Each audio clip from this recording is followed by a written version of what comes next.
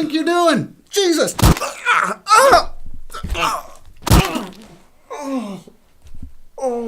Welcome to our review of Dying Light. My balls.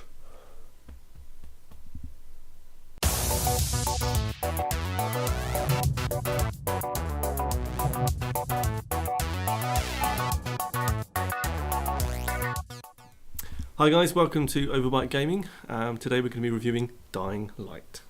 Dying Light is a first-person zombie survival melee parkour game made by the guys at Techland who previously did the Dead Island series. And we want to start off talking about the visuals of this game because it's been a long time coming that I've actually had a game that kind of has that feel and that ambience of... There's been a lot of attention to detail gone into the actual game itself and the textures used in the environments and stuff. Yeah, I mean, it's more so than just the textures. There's environmental effects as well, which are really well done, from shafts of sunlight coming through to just debris just floating in the air as the wind picks it up. It's very well done, and as always, the PC version looks best. Yada yada yada. But even on the PS4, which I've been playing on, as you can tell by the box here, the PS4 version is very, very good, although I think it might be locked at 30 frames per second. I would suspect it is. Yeah, it still looks really good, it still plays good. It definitely has a feel of attention, like I said, attention to detail to tiny things, such as like leaves on plants. They look like leaves, they don't look like they're painted bits of, polygons that are just sat there. They actually do have a bit of movement. The textures on the metal and the brick and the concrete, they're all done really well, and they react to the light. Even blood splatters on vans and walls and stuff like that. It still looks really, really good and it interacts well. Yeah, I mean, because of the nature of the game, the textures do need to look good, even up close, because you are quite a lot of the time nose to nose with the wall as you're climbing things. Yeah, the menus themselves inside the game, I've actually got a nice kind of feeling from it. When I actually first loaded up the game, the menus themselves, combined with the soundtrack that's on there as well, it kind of gave you a real sense of what the game was about. Very stylised menus, they kind of move around slightly. It's nothing special, but it's nice that people have actually had a bit of a go at making a menu screen rather than just some options and then you just click. They've actually brought it inside the game, and I always appreciate when people do that. Yeah, the menu screen reminded me very much of Spec Ops: The Line, because in that you had basically a soldier sat with an American flag waving in the breeze. So we're looking out at the sea. So it was very reminiscent of that, I thought. I mean, it's like you're saying, reminiscence of other things. There's a lot of games that I would kind of put this in the same family of. So for me, Far Cry 3, certainly from the viewpoint and the kind of collection and foraging aspects that we'll talk about in a minute. Certainly from like a Just Cause 2, being able to sort of go anywhere. And like you said, Dead Island, it's very kind of reminiscent of that. So I think it kind of gets put in that pack of games, but it still does enough for me to be its own game, its own right. I was less forgiving of it. I felt it was Dead Island with a bit of parkour thrown in personally. And Dead Island has its merits, but... Yeah, I disagree that it's just, failing on the parkour. The parkour works most of the time. You basically have to look at where you're jumping and you jump to a ledge or a bit to climb up on. The problem I have with the most of it is the inability to go down. I mean, it's fine for the most part. If you're kind of literally running across an alleyway and you need to jump over something and then jump up onto a roof, it's fairly fluid. But if you're on top of something and you want to get to like the bit underneath where you are, that's really, really tricky. But for me, that's not where the game really shines. No, I mean, for me, the parkour, it has the flaw of every other game with parkour in it, in the fact it's very inconsistent about what you can and can't grab. I mean, there's an early mission where you have to climb a pole and then jump across to another pole. And it took me so many tries before I realised there was a ledge. And I finally went on the ledge and fell immediately off of it. Well, that's just probably your competence at the game, isn't it? Yeah. For me, the main thing about the gameplay that struck me as a good point was the fact that this game, you play during the day and during the night, and the tagline of the game is "Good night, good luck," and it's so true. Yeah. When you're playing at night, all you have, because this place is kind of deserted of electricity for the most part, don't get any street lights or anything, it's pitch black at night time. and all you have is a flashlight in your view. And to be honest, when you're running around away from these special kind of zombies that hunt you down, if you're playing with headphones in the dark on your own, you're a braver man than I, because I can't do it. Seriously, it's that atmospheric with what you're seeing, what you're hearing, where they're placing all the sounds, and not to mention you've got these super zombies that are coming to chase you down.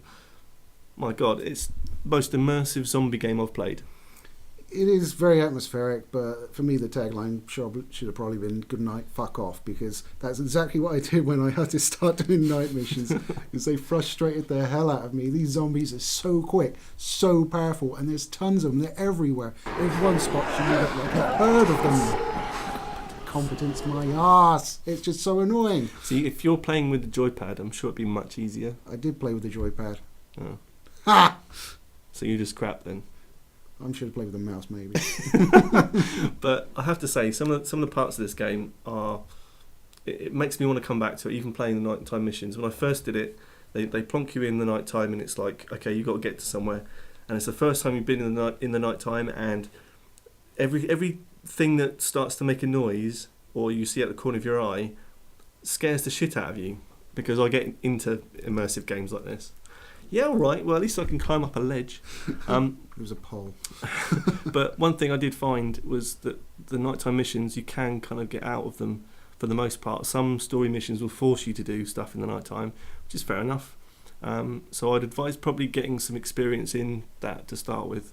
You know, practice your parkour, get some skills up to run around, because there is a levelling system in the game. Yeah. So you can obviously. The nice thing, it reminds me a little bit of Skyrim.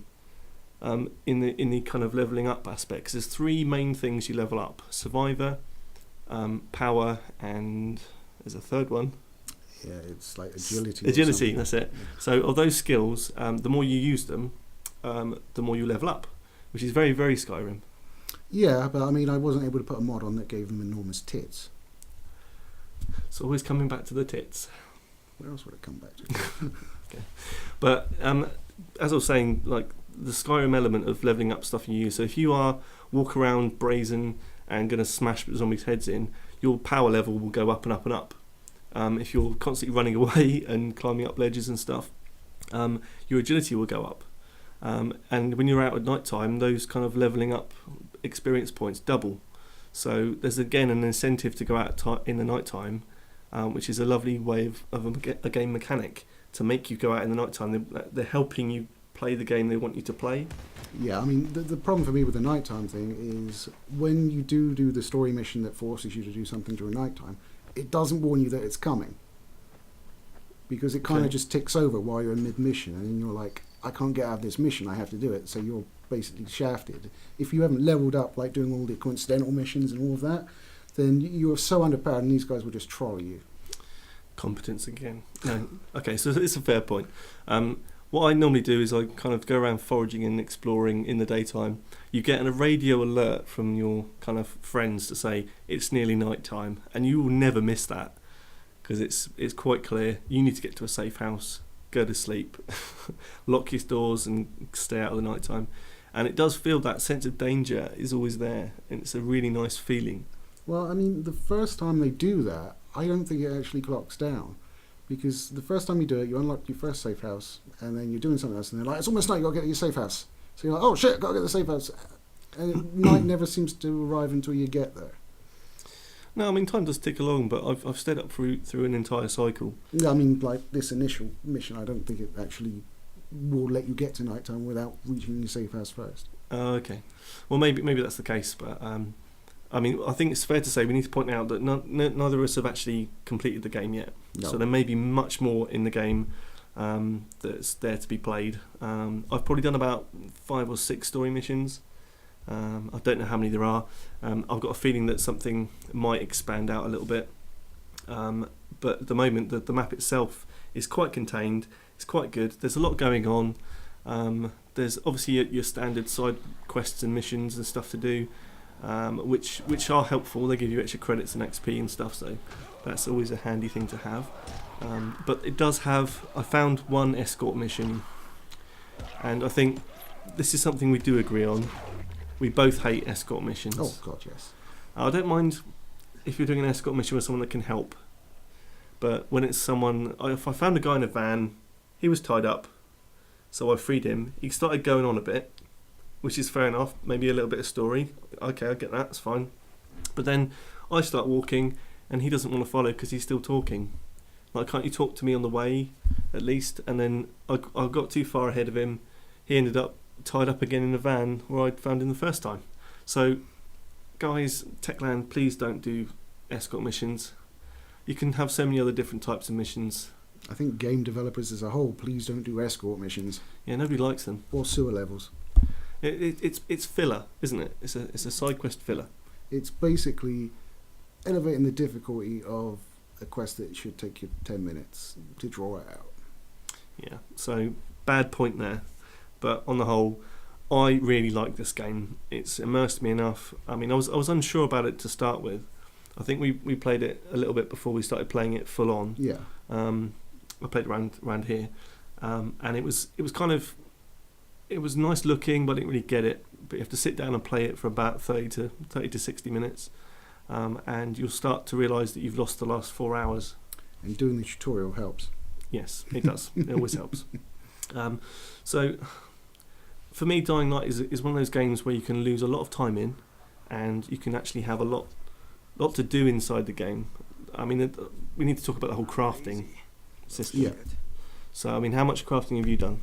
A little bit. Mainly just sort of the things that you need essentials, like med packs and lockpicks. I didn't really sort of delve into weapons crafting because, generally speaking, what I picked up was good enough. Yeah, I mean, I would strongly recommend doing as much crafting weapons that don't make noise. Because if you do make too much noise in the game, whether it be from a Molotov cocktail or an exploding throwing star, stuff like that, which I still haven't worked out how that is even possible, but they have them in the game.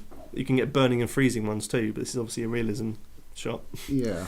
But anything that makes too much noise, you attract volatiles, which are the kind of, if you imagine a classic zombie stumbling around, falling over short fences and stuff like that, impaling themselves on spikes, that kind of stuff.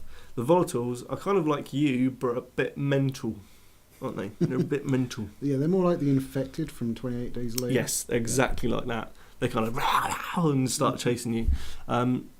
Those are really annoying because they can climb as well. So normally you get up onto a ledge, see all the zombies down below and think, yeah, I've got this. And then you realise there's a volatile behind you going crazy. And they quite often act normal as well. So they'll be coming running at you like a mad zombie infected person. You'll smack them with a spanner. Or a knife or a sledgehammer, whatever you got. And then they'll make this kind of, especially if they're a woman, I've found, the woman zombies, they kind of stop and they sort of cry out. And they make you think that you're actually hitting a real person. Which wouldn't matter to me in the game at all, but then they go back to being mental zombies again. Snare, hitting women doesn't matter to me. Let's not blow this out of proportion. So I can climb on ledges, but I'm a wife beater. This isn't going well, is it? No. But it's a really nice touch and making the kind of the zombie characters very, very different. But they give you another kind of, oh, well done, that's a nice touch to make it kind of make you unnerved and uncomfortable. Yeah, I mean, certainly the box standard zombies, the skins are repeated a lot. It's like, oh, it's this bold woman with one arm and a sports bra again. But there's not too many zombies in most places, which I like. Because if you imagine like Dead Rising, there's tons of zombies, right? There's nothing like that. I mean, that was the whole point of Dead Rising. They had so many zombies on screen at once. But in this, you get like 2 or 3, or one hiding around a corner, or one hiding in a room, and it's like you'll come into contact with them and be like, oh shit, you know, it won't be kind of I'm outnumbered and I'm just going to get mauled. You can get out, but if you're going through a particular place, there might be like 3, 5, or 10 in a wide open space, not like packed in together like you see in some zombie games. Yeah, I mean, for me, most of the fun came fighting just the regular zombies. They've got like a number of special zombies. I really don't like that. I think like when we die, we become a zombie, then we're all the same. We don't suddenly gain the ability to explode or spew acid or shit like that. Yeah. But the thing is, the zombies are dumb.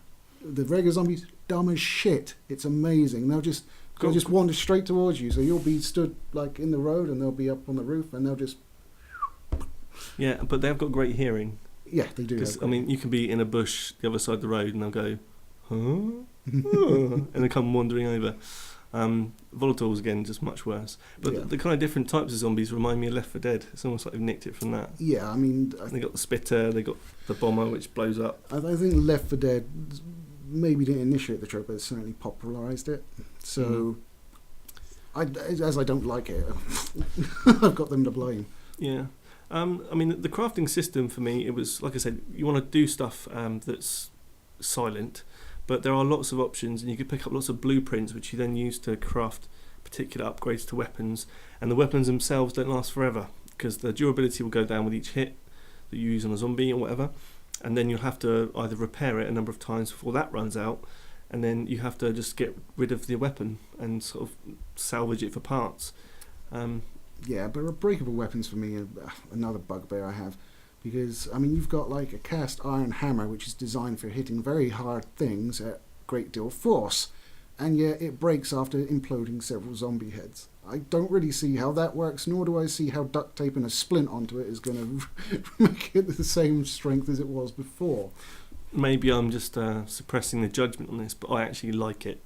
Because it prompts you to invest in the right decisions for the right weapons.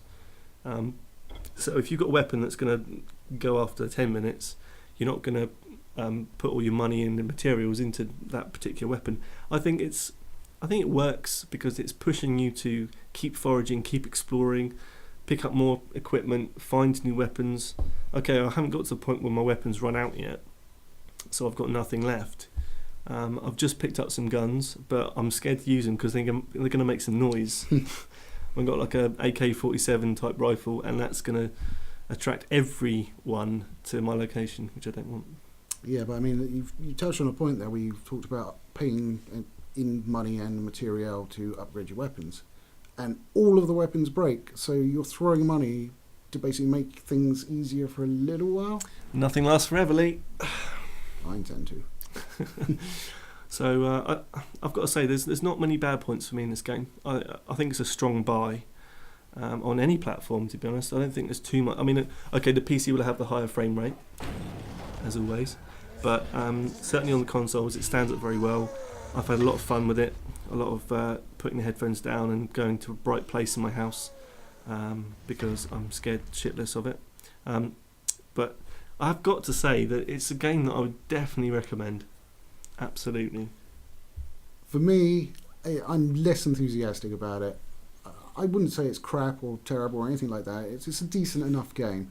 If you liked Dead Island, you pick it up. You'll love it. If you like me and we're a bit on the fence with Dead Island, then you're going to be on the fence with this as well.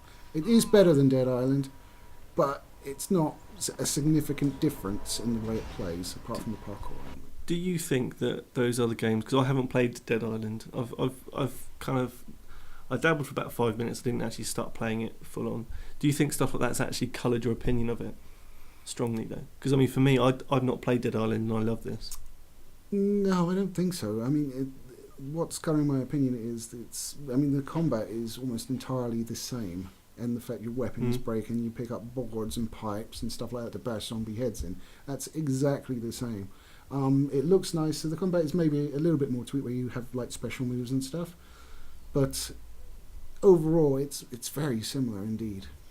Yeah, well, the special moves that you can actually get and upgrade, they are quite convoluted and complicated to actually perform. Not that I'm a monkey with no brain, right? Competence. But what you have to do in terms of, there's a particular upgrade called Leg Breaker or something, where you can run, then you slide, then you break the legs. When you're in a panic, that's not going to happen. I went for the vault option, which you can use to actually jump over zombies. But I'm just saying that the way they actually have these specials, they kind of do this while doing that, while you're drinking a cup of tea and balancing a tennis ball on your elbow, that kind of thing. It feels a bit kind of juggly, and there's no way to really practice those skills. Yeah, I didn't really have too many problems with the controls. I did have, probably to my own stupidness, I kept mixing up jump and kick because they're on the left and right bumpers, and I would like kick a building and jump at a zombie. It's just not ideal. Yeah, no, I had the same problem with jump and attack, actually. So while someone was jumping out at me, my instinct would be go for the R2 button, which is actually, that is the attack button. Yeah. But I'd actually use the R1 button and try and jump over them. And the vault doesn't work unless you're running, so I was just jumping up and down in the spot and looking like an idiot. Thankfully, I didn't capture any of that footage. But let's talk a little bit about the character models, because that's something I did notice. Yeah. They've really done well on the eyes and the skin textures and the kind of emotion you get in the eyes, but the mouths are just like that again. They're just a bit flat. They're just kind of open and closed. They don't have any intricacies in the mouth area. I don't know what you're talking about. They really, it's like they've done like 70% of an amazing job. So I won't hold it against them too badly, because if you remember in kind of Fallout or Skyrim, kind of the way that some parts looked amazing and some parts didn't. That's what you've got in the faces. I think certainly the character models fare better than the zombie models, in my opinion. The zombie models, they're all very brown and bland. Yeah. So I can't really remember what the zombies look like. They're just like bald-headed, bland people. I almost said brown people. That would be terrible. Well, let's not get too racist about this. But they're so bland. They just look like they've come out of a mud bath and got a bit dirty, and I can't really tell what they look like. Well, the thing is, don't you think that that's what zombies should be like? Really? Yeah, it is. But you can't complain about something being what it is. No, but if you take creative liberties and make yourself an electric plank of wood or something, you probably should be able to say, we've done all this work on the zombie designs. You can actually see them if you'd like. Yeah, the nice thing is you can go and inspect and obviously nick stuff and loot the zombie bodies, and at that time you can actually have a quick look at the character models, and generally they've got the lips missing. Yeah, that seems quite common.